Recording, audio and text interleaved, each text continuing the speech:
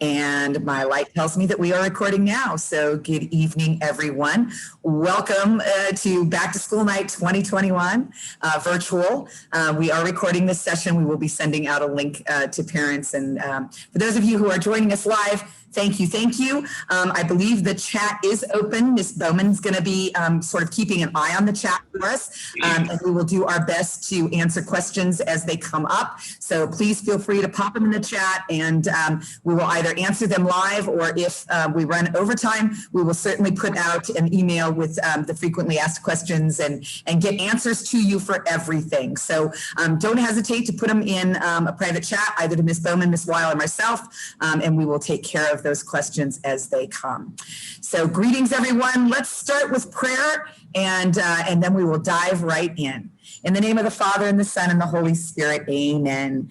Good and gracious God, we thank you for bringing us to the end of this first week of school here at Holy Trinity. We ask you to continue to look down on our wonderful middle school students, to bless them, to keep them safe, to keep them healthy, to keep their families safe and healthy, and to help us help them grow as saints and scholars this year. And we ask all these things in our Lord Jesus' name. Amen. In the name of the Father, and the Son, and the Holy Spirit. Amen.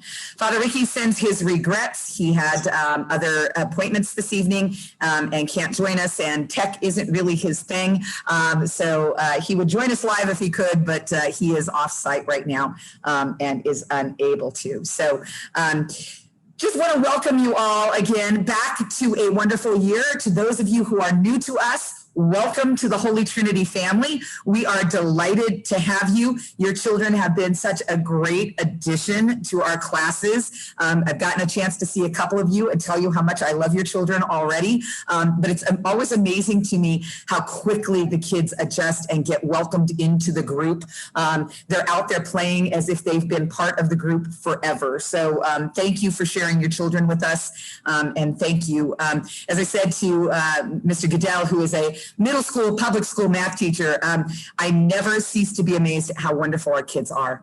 They are just truly good, kind, patient, forgiving, merciful, tender-hearted children who make others feel welcome, who are polite and wonderful to their teachers, who genuinely care about their teachers.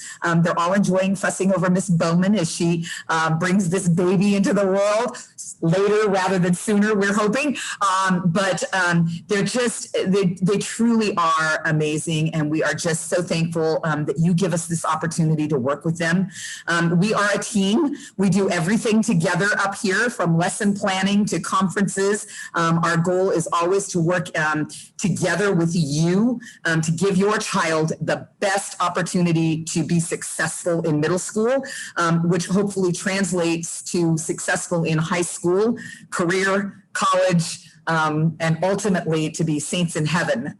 If we don't do that, as I told him today when we were talking about saints, if I don't get into heaven, I haven't done my job around here. I've got to keep working on that. So thank you again for sharing your children with us and for being so patient with us. We're going to just kind of share the microphone a little bit and talk about all the things here. We'll talk about safety and health, communication, study skills, behavior, curriculum. Some of it's going to be a repeat for those of you who are really good and read your middle school handbook. We'll try to just hit the highlights and not bore you too much, but we do want to make sure we clarify any questions that might have come up. Then we'll talk about curriculum and what each one of us does, and then we'll wrap up with some final announcements and get you out of here so you can have some dinner and relax with your families today. So just regards to safety and health, we have, I'll use all the latest buzzwords here in this conversation. We have multiple mitigation strategies in place to make sure that we keep your children safe. We're really practiced at this by now because really last year, there was only about 1 month that we didn't have children on campus. We started having children back in daycare as early as October, I believe, maybe late September. And by the time we got to Easter, we had just about everybody in many of our classes here. Some of our classes were holding off for vaccinations and other things, particularly our older students who are eligible for that. But we had a lot of kids on campus.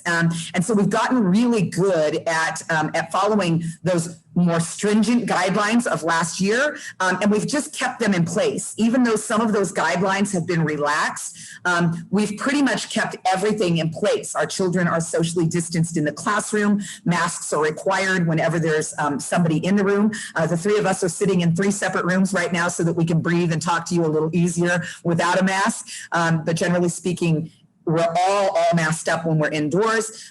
We disinfect numerous times per day, especially high-touch surfaces. Your kids are standing in line and getting really good at washing hands with soap and water frequently throughout the day. God bless them. We've had one sink down upstairs because of a plumbing issue, but that's getting fixed tomorrow, so we will be back up at full speed in all of our bathrooms.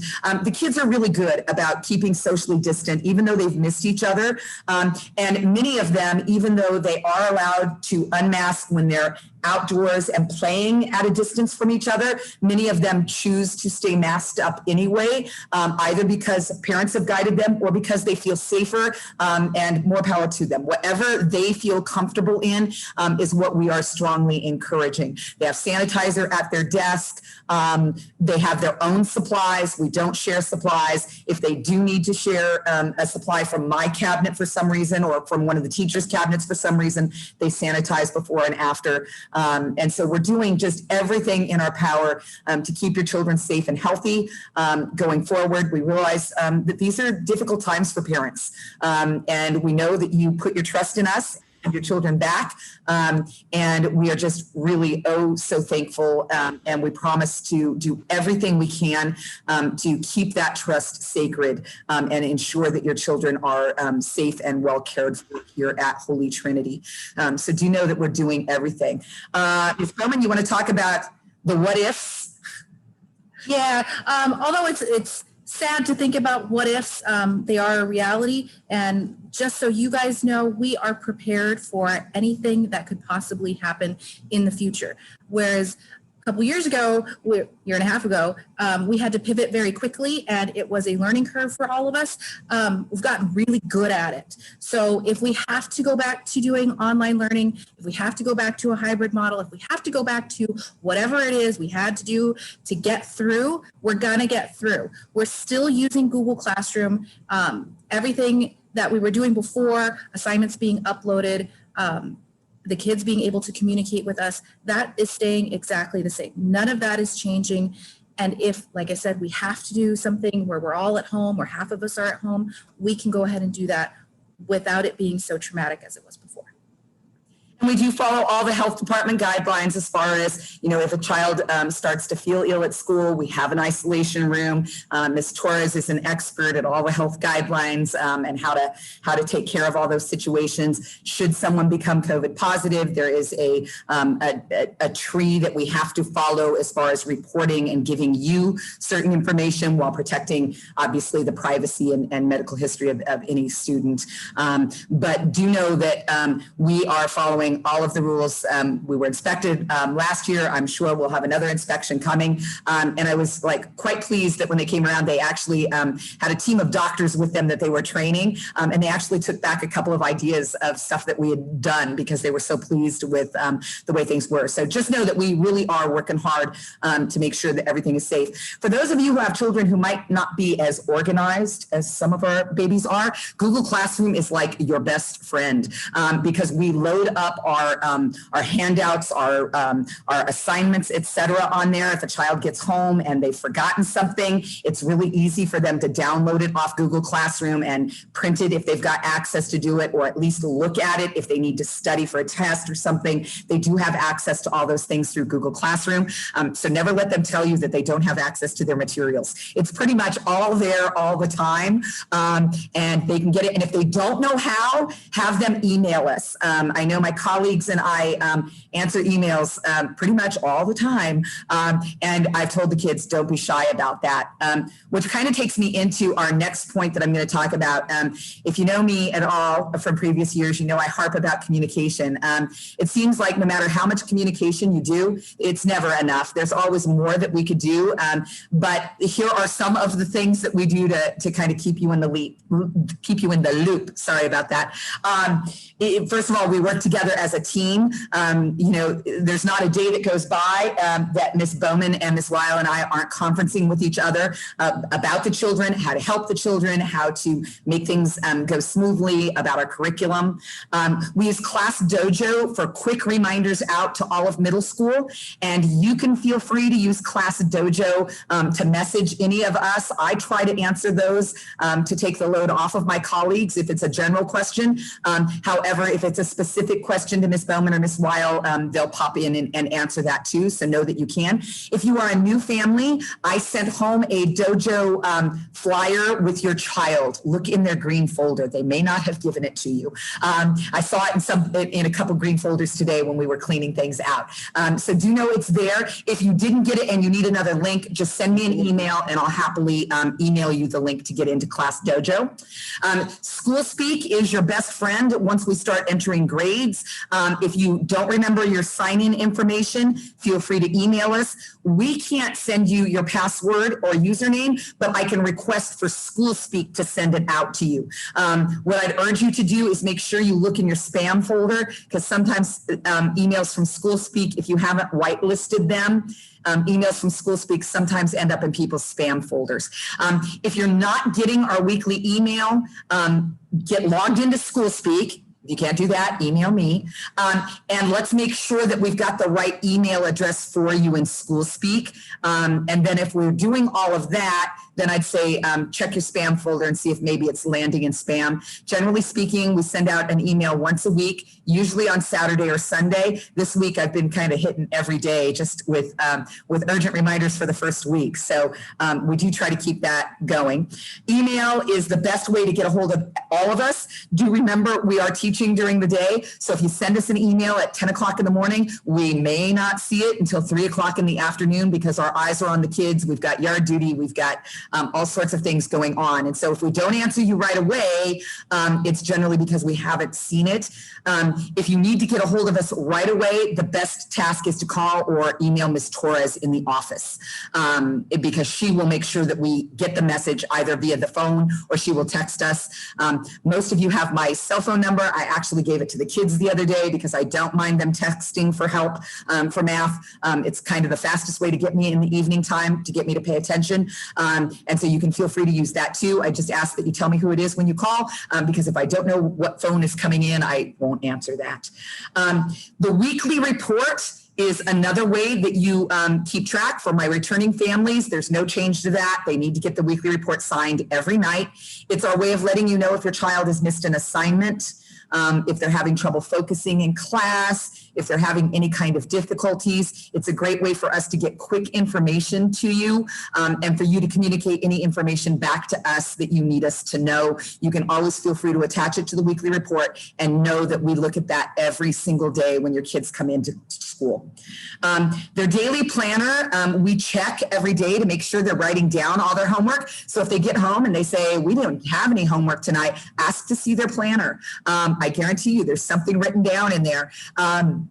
And then you can ask them to show it to you, show you the work if you need to, depending on where your child is, like I said, in that organization curve. Some of you have kids that are great and are going to get it all done. Others of you have kids that you're going to have to reel back in and get those assignments done for. So anyway, so feel free to check that. It is checked every day.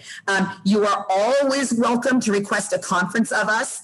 We try to do our conferences as a team, even if it's just an issue with one of us, because if your child is only having an issue with one of us, maybe it's the subject, maybe it's a personality issue. And by working as a team, we can help each other. It's like, oh, well, Johnny's not having any trouble in my class, but I have him sitting up front. I have him, partnered up with so-and-so. And so it's a good way for us to feed off each other. It's not to gang up on you or make you feel like we're coming at you 3-on-1. That's not it at all. We really just want to give you the best information we can about your child. You're always welcome to talk to us individually. And if we feel you need to make a team conference to get, all of our feedback, we will certainly recommend that to you. We're not shy at all. Just encourage your child, particularly for my 6th grade parents. 6th grade's a giant step up in the world. My 7th grade grade parents are all nodding right now. Sixth grade's a giant step up. And so encouraging them to be proactive, send their teacher an email if they don't understand, ask their teacher for help during homeroom. Don't be afraid to send us an email on the side going, I told her she needs to ask you in the morning, so that we know to kind of nag at your child. That's a great way to get a hold of us and have us kind of help on the backside, encourage your child. But do encourage your child to communicate on their own, because all too soon, they're going to be off in high school and you're not going to be able to hold their hand quite as closely.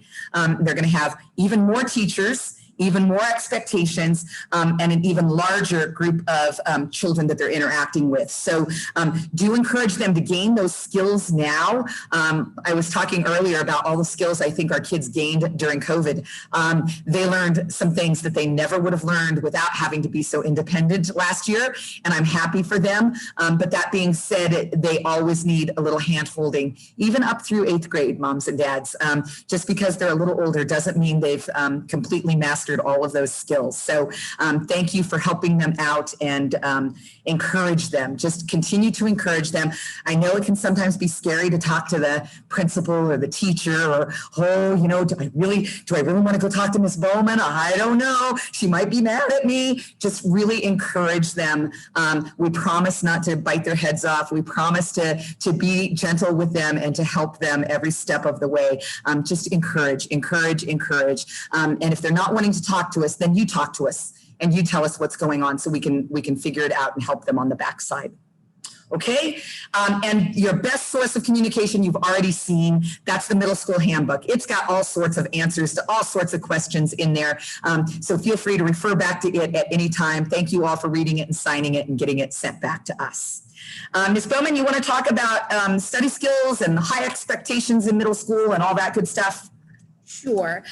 So going off of what Ms. Boyd said, our goal is to get these kids high school ready. Well, how do we do that? It's the gradual release of responsibility. It doesn't mean that you just want to throw your kid out to us. Please don't do that, especially the 6th graders. They do need some help. They do need some guidance. I will say, though, this group of kids, oh, man, Ms. Lucan's got them ready. They ask questions. They're not afraid to make mistakes. They really are putting themselves out there. I really am proud of them. But they do need to make sure that they're asking outside of school hours. If they have a question, email me, email Ms. Weil, email Ms. Lloyd. Making sure that they're getting their work written down, practicing those organization skills. That way, when they do get into high school, that won't be a problem. I would say the 7th and 8th graders are the same. 8th grade is a huge new kind of ball game. They should have some of those skills already down pat. But if they don't, be patient with your kids. They haven't been some of them for a year and a half. So it's going to take some time maybe to get those skills back on track. Maybe they lost some of those skills. We'll work with them, but we really do appreciate when, we're a team, right? We want to work with you to help your child succeed as much as possible. It's going to be a lot of work. And the 7th and 8th graders know that. The 6th graders are not quite ready for it. I heard a few stories just this week about a couple little people complaining that there's already so much homework, and they have siblings, and the siblings have told them, just wait, because it's only going to get worse.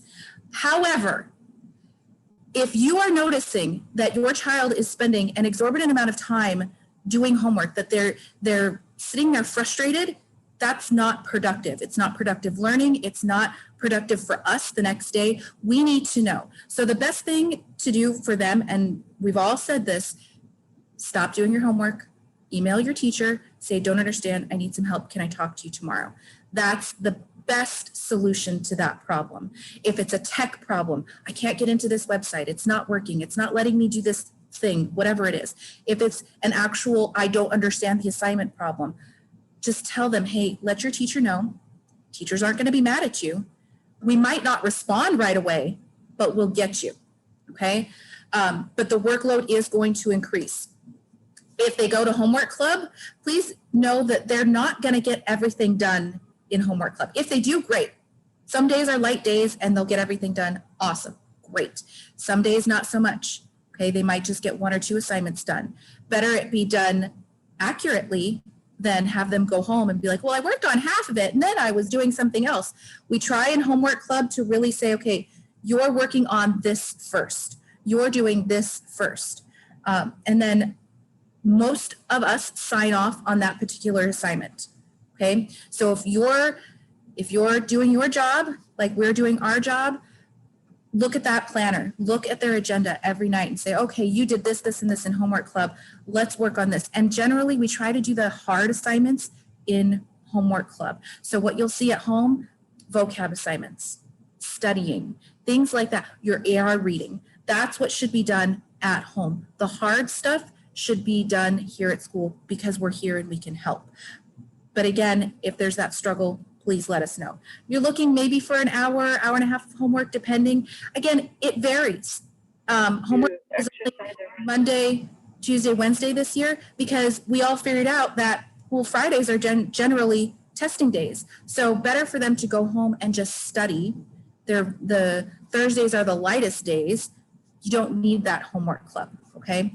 So just to keep that in mind, if you're looking at your kid and it's been like 3 or 4 hours, oh my gosh, no. We want them to have that time to be a kid, relax, eat dinner, have family time, and go to bed at a decent time. Oh my gosh, these 8th graders tell me every day what time they go to bed. I don't know how you guys do it. I was going to say, sometimes when we don't answer emails, it's because your children are up later than we are. Yeah, that's what I'm hearing. Every day they tell me. And it's like a game to them. It's bizarre. Quality of work, again, we recognize they've been out of school for 1.5 years, some of them. We recognize that even the ones who were doing virtual learning and were doing it well, it's still not the same thing as being here. However, our expectations for the quality of work is still the same. We have really high expectations here at Holy Trinity, and we would like to continue with those high expectations. Your kids can do it. I have seen them do it. Ms. Lloyd has seen them do it. Ms. Weil has seen them do it. They can produce amazing, high-level, good work. It just takes time and effort. And that's a huge expectation for us. We want them to show us those skills that we know that they have. That leads into weekly grade check sheets. So in addition to your weekly that you're going to sign every day, Ms. Lloyd is showing it right now, starting next week, you will get a weekly grade check sheet. We were doing this before we went on distance learning. We're going to continue doing that now, where even though grades are going to be updated weekly in school speak, you're going to have an actual sheet where they're written down, handwritten, and you need to sign off on that once a week. It helps you to see in real time, like how your child is progressing. And if they dip a little bit, then you can have that talk with them. Oh, you need to go talk to your teacher. You need to talk to Ms. Bowman. You need to talk to Ms. Weil, et cetera. Or if it becomes a bigger issue, you'll know why we're contacting you saying, hey, we've gone from an A to a B to a C, and this is a problem, okay? We all get busy. You might not see grades, the percentage grade change in a certain week, but just know that the next week you'll see it. It happens. Please give us the grace that we're giving your children to make mistakes, to be human beings, okay? But you will get that weekly grade check sheet every week. That being said, there is that danger of falling behind. Us as adults, us as human beings, we know what it's like when we fall behind. When we don't get those grades updated from week to week, holy cow, there's a stack of papers that thick. And that's not fun to go through and grade and grade fairly, right? So if you notice that your child is not doing their work, yes, they can make up anything that they've missed. Great for them. But the deeper hole that they dig, the harder it is for them to get out of. And it is very easy for these little people to feel so overwhelmed so quickly. That's why we really need to work together, checking the agenda every day, signing off on the grade check sheet every week, looking at school speak when you need to look at school speak. Because if you let your child convince you, oh no, I've got it, I'm great, and then you have teachers telling you, they've missed 5 assignments, that's a lot. They have 3 different teachers. each teacher teaches multiple subjects. So if you let them dig that hole, it's so hard for them to get out of. And they become so sad and just overwhelmed. And we hate to see that. So please help us help your child. Like I said, they can make up anything. Anything we are really good in middle school about late work, missing work, makeup work, really, really good. They just need to be proactive enough to say, hey, can I redo this? I told all the kids, hey, what's the worst that can happen? You get told no, or you get half credit. Half credit's better than no credit. But I will say generally, we give the credit that's deserved. And if that's full credit, it's full credit. I told all the kids, I am making it hard for you to fail my class. You have to work hard to fail. If you just did all of the work, you're fine. You're fine. I can help with tests. Ms. Lloyd can help with tests. Ms. Weil can help with tests. We can be flexible there. The things that we can't be flexible on is zero work. We can't force you to do the work. We can't do the work for you. So we had that heart-to-heart this week. But again, if you guys could just reiterate that at home and know that we're here to help. If you are noticing a problem, let us know so we can kind of nip that in the bud sooner rather than later. Yeah, that same phrase is true with regard to behavior. If your child's coming home and they're, sad, their friendship problems happen in junior high, we know that, and we try to be very alert and very proactive. But if your child is expressing any kind of sadness, discomfort, we saw a lot of real social emotional issues, particularly, when we were on distance learning, it was hard for the kids.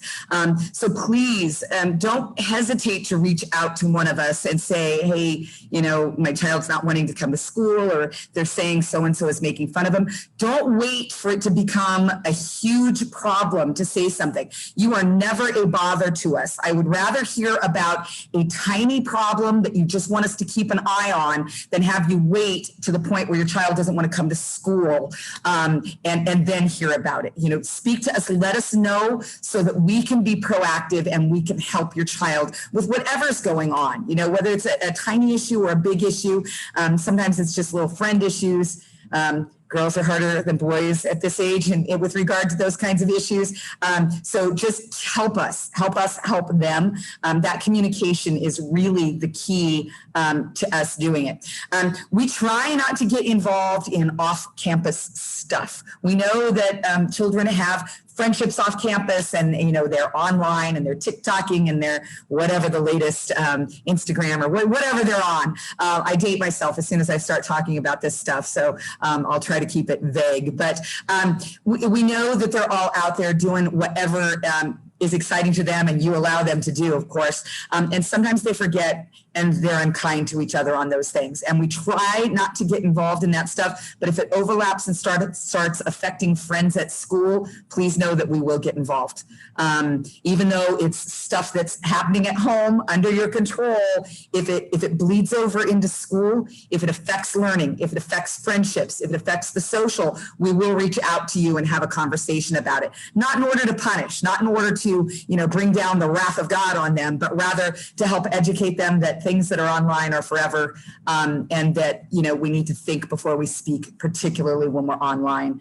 The only other reminders I would say about behavior, because really our kids are so good, we don't really have huge behavior issues, would be to keep valuables at home. I've already talked to the kids about making sure, cell phones go in the bucket in the classroom, don't leave them outside in your backpack. Let's just not put temptation in anybody's way. We'd like to think that nobody ever takes anything, that nobody ever looks at anything, that nobody ever, vandalizes anything. But unfortunately, sometimes things happen and we just don't want, those AirPods to go missing. We don't want those new Beats headphones to get damaged. So keep the expensive stuff at home. Let them use it at home.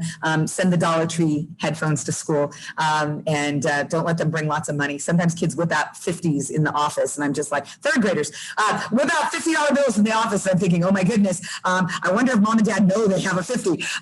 So keep the valuables at home. We don't want to have to worry about that stuff. I know we're running a little overtime, but we're going to take our time and make sure that you get all of this information. We're going to quickly talk about curriculum. So we'll start with Ms. Bowman, who teaches English Language Arts. Then we'll pass it over to Ms. Weil for Social Studies and Science, and I'll cap with Math and Religion, and then we'll wrap it up with a few announcements. So, okay, just a few quick reminders because most of the stuff you guys either already know or it's really just like novels and stuff that we're going to do in class. So AR, I take care of AR. Please make sure that your child is reading at least 20 minutes a night. They need to be reading the same book for AR at home that they're reading in class. A couple of them have said, oh no, I'm reading 2 different books. No, that's not effective. Please make sure that they are reading every single night. You should be making sure, because they have an AR log, that you should be signing every single night, at least Monday through Thursday. I don't make them read Friday. Roots, we're going to start doing root words next week. That means that they're going to have roots to practice. I would say, in addition to homework with it, 15 minutes at least every single night. You can help them. Same thing with vocabulary. It's not spelling, it's vocabulary. So the application of the word. How do we use the word? What is the correct way to use the word? Is it a verb? Is it a noun? Etc. Again, at least 15 minutes in addition to their homework. If you could help them study, help them study. They'll tell you, no, I got this. I can do it. No, they can't. They need help. We all need help. They're new words. They need some help. Class novels, I do my best to buy the novels for them or that I have them in class. If the book is too new and they don't have used copies, then I will ask you to purchase those books, but I'll give you at least 2 weeks in advance. I think the only class that has to purchase a book is 6th grade, and that's Freak the Mighty, and that has been on their to-do list since Monday. And that's not due until September 10th. So the rest of you, you're all good to go. 6th grade, you do have a book to buy. We are working diligently to create more cross-curricular opportunities for all of us. So Ms. Weil and I are going to kind of piggyback off of each other for some social studies stuff. For example, I'll do some Revolutionary War stuff as far as novels go and things like that, while Ms. Lloyd teaches that, or Ms. Weil teaches that to the 8th graders. I will help when the kids have their science fair projects. I'll help with the writing portion of that. So we're going to try and work together more cohesively so that the kids can see, oh, we're doing this in this class, we're doing that in that class. It's the same, yay. And it's always fun when they can say that in class, when they're like, oh yeah, we did that in Ms. Lloyd's class, we did that in Ms. Weil's class. It's great. They can make connections, and that's what we want. Connections in learning help our brains grow. Awesome. We're working hard on writing. We've gotten so good at writing, and I can see it with the kids as they progress through. So yes, they'll complain, but you know what? It is what it is. I do all the writing in class with them. We do all of our essays in class. That way I can help them one-on-one for every single portion of it. Just know we're working on it in class. And the workload is going to be intense sometimes. I will not lie to you. I have very high expectations. I want my kids, I love it when they come back and they're in high school and they're like, oh, it's so easy because you taught us how to do this. Or, oh yeah, we read that book. We're reading that now. And it's like, okay, great. This is what I want. I want them to succeed wherever they go. So that's what I do. Hello, everybody. To piggyback off what Ms. Bowman said, I'm really excited to be piggybacking off each other with not only the content in the novels, but with writing. Ms. Bowman and I have talked a little bit about that narrative, expository argument framework, and how I can incorporate that into my writing this year. And that's something I'm really excited about. Also, this is my first year with all the kids in person. And I know something that I missed a lot this year that the kids missed a lot last year was doing more group work. Already, the past couple of days, you might have heard about some of the history skills we're getting started on working, and particularly the 8th graders were trying to figure out, using evidence today, who did what in this situation we were trying to solve. And so seeing already the difference that has made in their historical thinking has been really exciting.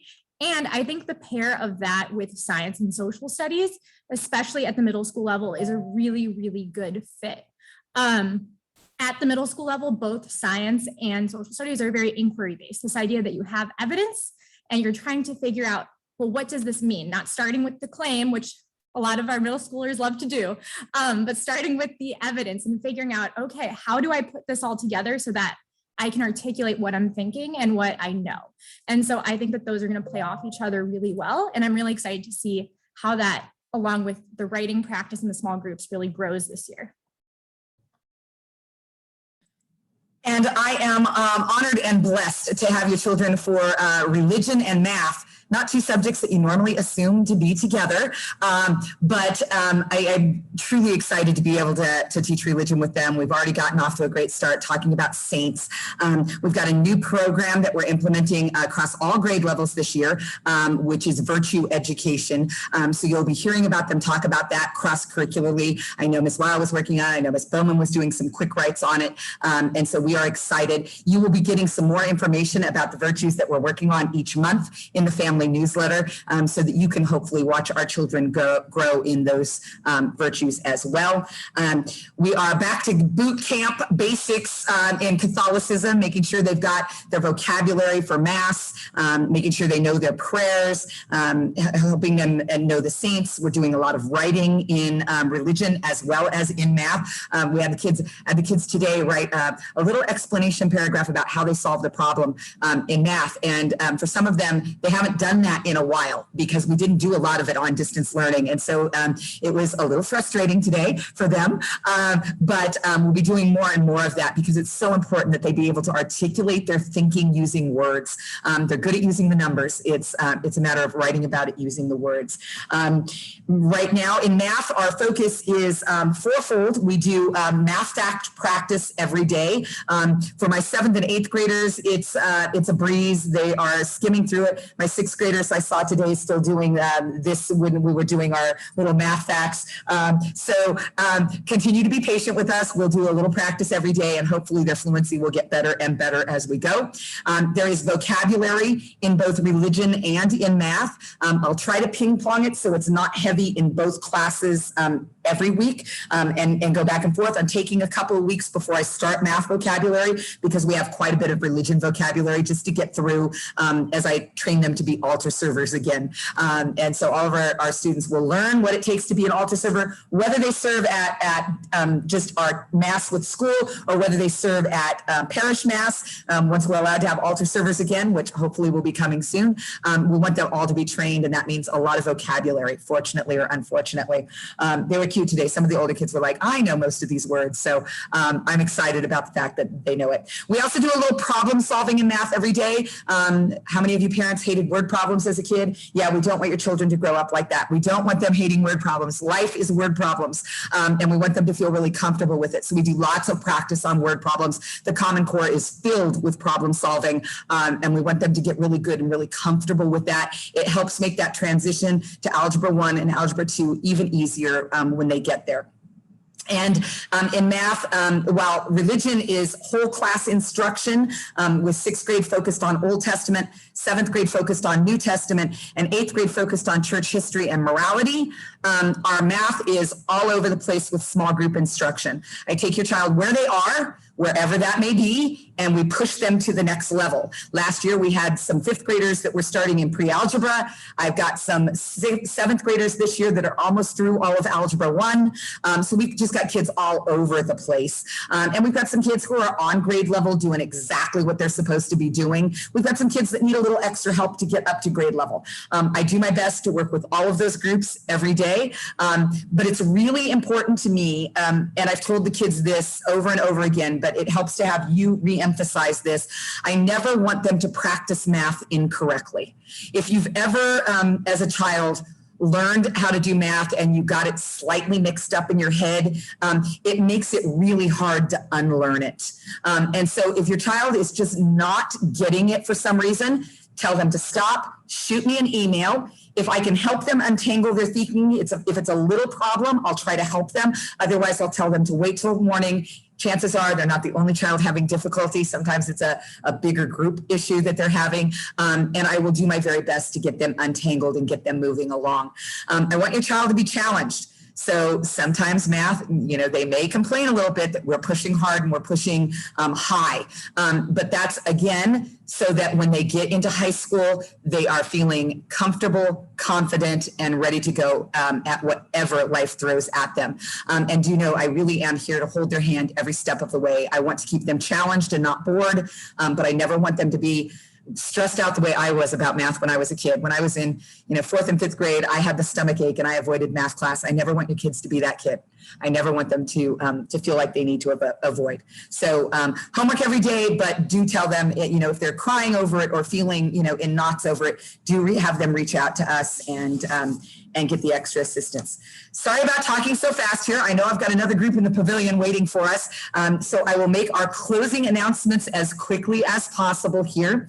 We do have Fall Follies again. That being said, we know some of our families may not want to be coming out in person, even though you would be sitting with your family group as opposed to sitting, in mass quantities. We will socially distance. We will keep groups separate. We are aware that some families may not want to participate in that. I will be sending out some more information soon, as will your homeroom teacher. Just please feel free to let us know if you won't be participating. All the kids will participate in class in the planning, but it helps us as we kind of choreograph our little acts. It helps if we know who won't be here for whatever reason. Maybe it's just you can't be here on a Friday night because of traffic or whatever. Maybe it's no, we're not doing group things right now. Whatever your reason is, we absolutely respect it. But please feel free to reach out and let us know. So that'll be September 24th. You're going to be getting more information from us soon. High school information night. I talked the high schools into coming in person. I know last year was frustrating for our 8th grade parents to try to do it all digitally. So the high schools are eager to come out. We've got them scheduled for Wednesday, October 6th. We will be sending home with all of you who are Zooming with us a high school planning handbook. It's got all the information about high school information night, all the information about how to plan for your child's high school transition. We'll send it home even if you're only a 6th grade parent, because it's never too early to start thinking about high school. So look for that. 8th grade families, I know you're going to be looking for an 8th grade class meeting. Ms. Bowman and I will work on it. We just needed to get through back to school night first. So we will be sending you an 8th grade handbook, and we will be scheduling an 8th grade meeting. Hang on. We do want to get some clarification from health department on some things. We'll go ahead and planning things, even though we know some things might have to get scaled back. So just be patient with us. We will get a meeting scheduled very soon for you as 8th grade parents. Handbooks are available. We're working hard to get our family handbook online by next week so that you'll be able to reference that online. Graduation handbook is coming. Middle school handbook already went out. And as I said, we're going to be sending home a high school handbook. The sun is right in my eyes, so excuse me while I dance around the camera here and try to avoid having that. The last announcement I will make, I don't know if your children told you or not, but the Archbishop has requested that we do what we can to support the people of Haiti during this difficult time. The kids and I have talked about it. I know they've talked about it with their homeroom teachers about what it's like for the people of Haiti right now to be in such poverty and such damage from the earthquake. It's just absolutely overwhelming. And while we can't do everything, we can do something. And so I've offered the kids as a bribe free dress tomorrow for any donation. So any donation is gratefully accepted. If you are, for some reason, writing a check, it would be payable to Holy Trinity School with Haiti in the memo so that we get it to the right place. We will receipt you. If you're just sending in your dollar donation, I'm not going to receipt you for every individual dollar. If you need a receipt, call Ms. Torres and we'll get one to you. Otherwise, it's just going into send the money to the Catholic Charities for Haiti. So they do have free dress tomorrow. They're not lying about that. Do believe them. Some of them already brought their donation today. They were so excited about it. So a million thanks to all of you. I know I am rushing here at the end and I feel horrible about that. But hopefully you got some good information tonight. If you have any questions, I haven't seen a lot come up in the chat and we've answered the couple that have come up. If you have any questions, please send us an email and I promise to get back to you as soon as possible. We do love you all. We thank you for sharing your children with us. We're excited to have them back. I hope you feel that from all of us. And we really are here to serve you. So God bless you all. Have a great rest of the evening, and we look forward to seeing you in person real soon. Have a great evening, everyone.